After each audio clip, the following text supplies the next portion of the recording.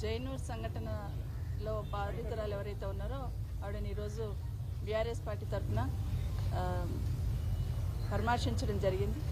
ఏ సంఘటన అయితే జరిగిందో నిజంగా సంఘటన బాధాకరం, అందరం కూడా ఖండించాల్సిన సంఘటన. నిజంగా ఆవిడని చూస్తే అసలు మొహం మీద అంతా కూడా ఒక 30-40 కుట్లతోని, బాడీ అంతా కూడా షోల్డర్ మీద అక్కడంతా కూడా కుట్లతోని జీవత్సంలో కనిపిస్తూ ఉంది. నిజంగా ఎంత ప్రతిఘటించి తనను తాను కాపాడుకుంది అనేది అక్కడ చూసిన తర్వాత మాకంత అర్థమైంది. నిజంగా ఒక్కసారి వెనక్కి తిరిగి ఆలోచిస్తే 8 నెలలు ఈ రాష్ట్రంలో జరుగుతున్న అన్ని చూస్తూ ఉంటాయి. అంటే పాలనను గాలికి వదిలేసి, శాంతి భద్రతలను గాలికి వదిలేసి, ఏది జరిగినా ఈ ప్రభుత్వానికి సంబంధం లేదన్నట్టు ఏ విధంగా అయితే బిహేవ్ చేస్తున్నారో మళ్లీ ఇలాంటి సంఘటనలు జరగడానికి ఆస్కారం ఏర్పడతా ఉంది.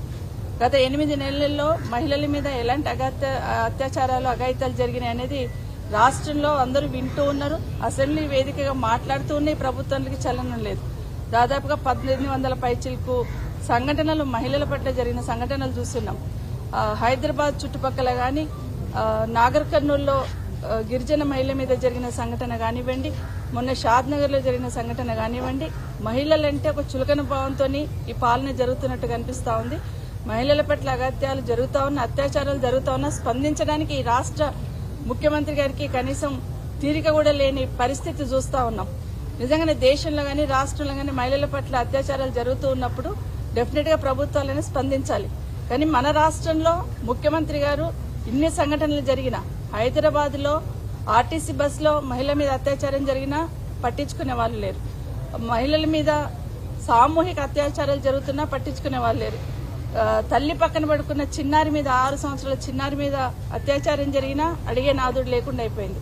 ఒకప్పుడు హైదరాబాద్ లో మహిళలకి భరోసాతో, భద్రత ఉండేటట్టు షీ టీమ్స్ లాంటివి ఏర్పాటు చేసి హైదరాబాద్ లో ఉంటే శాంతి భద్రతలతో పాటు మహిళలకు భరోసా ఉంటుందని ఆ రోజు ఆనాటి ముఖ్యమంత్రి కేసీఆర్ గారు తీసుకున్న స్టెప్స్ తోని హైదరాబాద్ అంటే ఒక భరోసా, భద్రత ఉందని ఉండేది.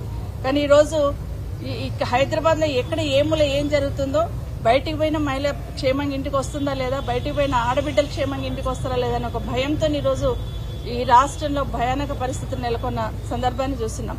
ఈరోజు ఆ మహిళను మనము జైనూర్ సంఘటనలు జరిగిన వీళ్ళ మదర్ని ఏదైతే చూస్తున్నామో నిజంగా చాలా బాధ అనిపిస్తా ఉంది. ఇమీడియట్ గా వాళ్ళ మీద ఇక్కడే కాదు, ఎక్కడ కూడా అత్యాచారాలు జరుగుతున్న వాళ్ళ మీద ఇమీడియట్ గా యాక్షన్ తీసుకున్న సందర్భం మీద కనిపిస్తలేదు.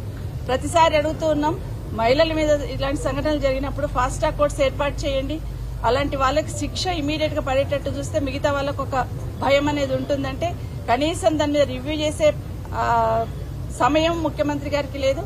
దాని మీద నిర్ణయం తీసుకోవాలన్న ఆలోచన కూడా ముఖ్యమంత్రి గారికి లేనట్టు కనిపిస్తుంది. ఒకటి మాకు అర్థమవుతుందంటే మహిళలంటే చులకన భావంతో చూస్తుంది ప్రభుత్వం అనేది స్పష్టంగా అర్థమవుతుంది. ఇప్పటికైనా ఏ మూల చూసినా ఏదో ఒక సంఘటన జరుగుతుంది. ముఖ్యమంత్రి గారు ఇప్పటికైనా మీరు కళ్ళు తెరిచి రివ్యూ చేసి ఇలాంటి సంఘటనలు పునరావృతం కాకుండా నిర్ణయం తీసుకోవాలని డిమాండ్ చేస్తా ఉన్నాం.